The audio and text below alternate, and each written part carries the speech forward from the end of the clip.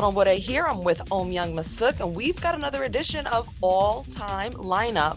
And this time, it is for the legacied LA Lakers with so many great players. Roz, this is by far the hardest team, I would say, to pick the starting five, because you literally could take the second five and make that the greatest five for some other NBA franchises. And I would dare say even the third five in Lakers history might even be the greatest five ever that would ever play for certain other franchises. So, I mean, the good thing is here, Roz, I am literally picking from a selection of probably statues that are outside Crypto.com arena, okay?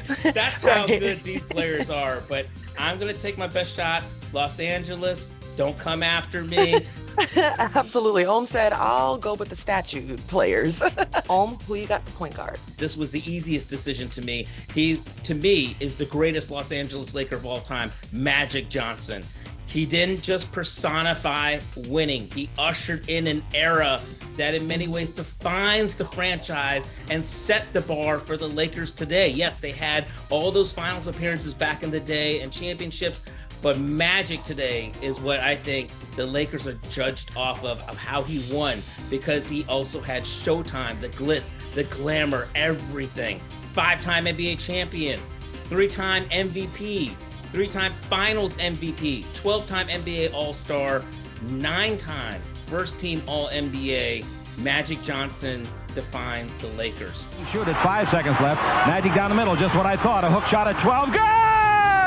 Okay, so this one, this is where it's just getting a little difficult, but I'm going with Jerry West at shooting guard.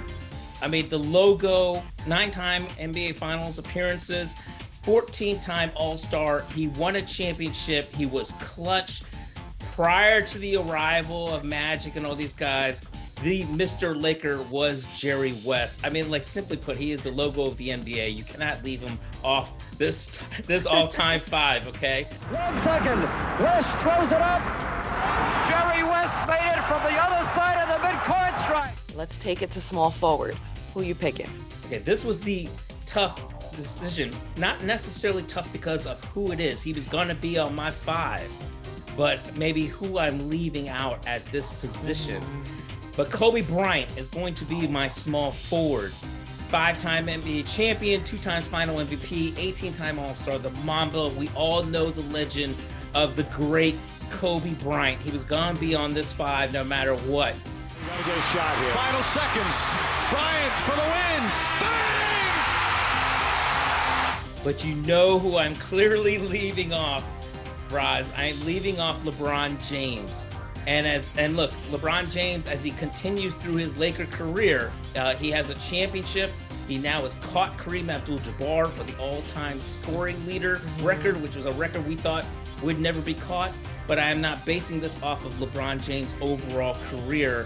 I'm simply basing this off their times as Lakers. Yes, great distinction there. And it's just kind of mind-boggling to imagine a list that could include LeBron and it doesn't. I'm going Magic at the 1, Jerry West at the 2, Kobe at the 3, myself at the 4, and Shaq at the 5. Let's take it to power forward. Who you got? Yeah, I'm getting a little creative here, Roz, but I had to fit him in here. And yes, could I have put LeBron at power forward too? Yes. But I could not put him in there and leave this guy off. Kareem Abdul-Jabbar, the captain, won 5 championships, was the all-time leading scorer until this season, 19-time All-Star. He also had one unstoppable, iconic shot, the hook shot. He was the man in the NBA for so long. So I've got Kareem at power forward. Ford sends it to Kareem. Sky hook up and good. Lakers win. Kareem, great shot. What a sky hook, baby. Thank you very much. Roz, this was the other really tough choice because Wilt Chamberlain was an all-time dominant NBA player, including with the Lakers. He won a championship, but I'm going with the probably most physically dominant person we've ever seen in the NBA, okay? I certainly most dominant I've ever seen, Shaquille O'Neal. Simply put, he was an absolute force, 3-time champion with the Lakers. He and Kobe obviously had the three-peat, 3-time Finals MVP. Shaquille O'Neal is my center over Wilt Chamberlain. Shaquille, fadeaway. I told Bob, as soon as I touch the ball, I'm going to my fadeaway. Game is over. Laker Nation, Be happy with all these unbelievably great players you guys had. George Mikan. Look, apologies to Elgin Baylor. Elgin Baylor was amazing, and it was tough for me to leave him off this 5-2. Just be glad that you had all these great legends, okay? Don't come after me. Enjoy my all-time greatest Laker 5. Leave Ohm alone. All right, Ohm, thank you for that. So you got Magic, West, Kobe, Kareem, Shaq. That is, woo, that is something. Thank you so much, Ohm.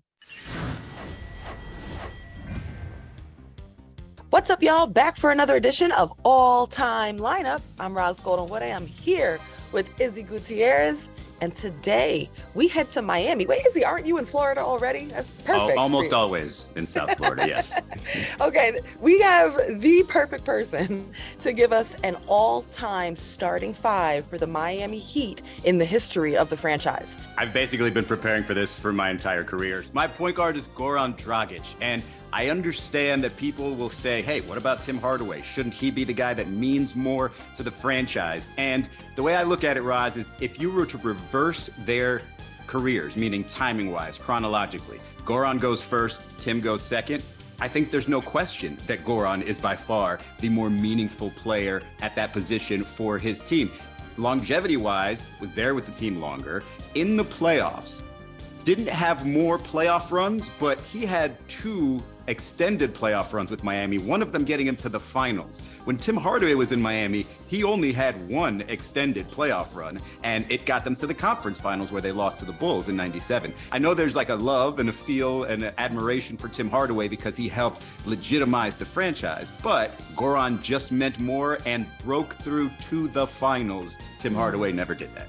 Yeah, I just appreciate the thorough analysis and thought put into this. You have to respect, the tough decisions you got to make here. You got to respect Heat Twitter, too, because they would be all over me if I ruin this. Shout out to Heat Twitter. We see you. We hear you. I mean, if I can be back in South Beach in June. Okay. Shooting guard.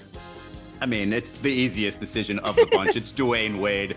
They practically named the county after him. Dade County is now Wade County. He did leave for a little bit, went to Cleveland, had a cup of coffee with Chicago, came back home, did it the right way. 3 championships. He wore the number 3. It's perfect. He turned this place into a basketball town. Did it with some help from friends like Shaq and LeBron, but definitely Dwayne Wade easily. Statue, everything. He is the shooting guard. The foundation for victory. Oh, what's that? A cartwheel. We have gone to a whole nother place. Let's take that to the small forward. And there's nothing small about him. It's LeBron James. And this was a difficult one. This wasn't a duh moment here, right? Because you're talking about a guy named Glenn Rice, who actually was a lot valuable in being traded when he got traded for Alonzo Mourning, bringing Alonzo to Miami. But Glenn Rice had great years with Miami, was an all-star. But I just think when you're talking about 4 straight finals appearances, 2 MVPs with the team, 2 championships with the team, really taking what Shaq and Dwayne built and then just taking it to the next level in terms of franchises, it is 100% LeBron James at the small forward position. This right here is the happiest day of my life.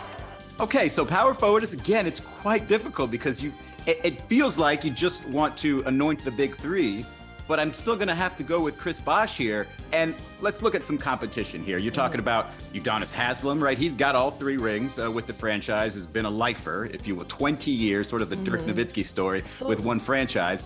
But he wasn't quite the player that Chris Bosh was. He wasn't quite the difference maker in those final 2 championships as he was in the first one. And in terms of value to the franchise, I think he and the franchise have created a great relationship that will, never end.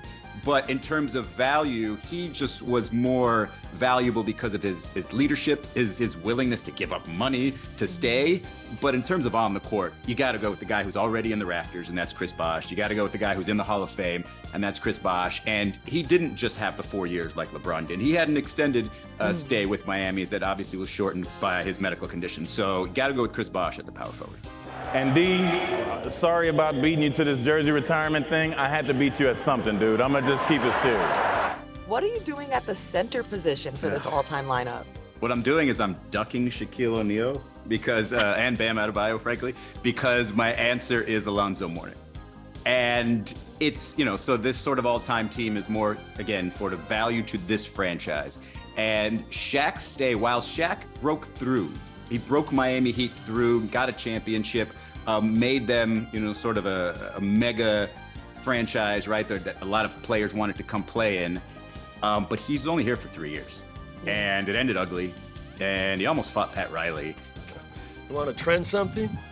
I'm pissed, okay?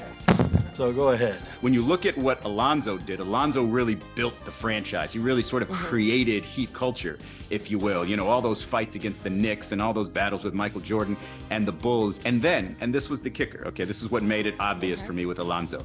When he came back and they won a championship in 2006, Shaq needed Zoe. And you could argue that Zoe was more important than Shaq in that finals against Dallas in 2006.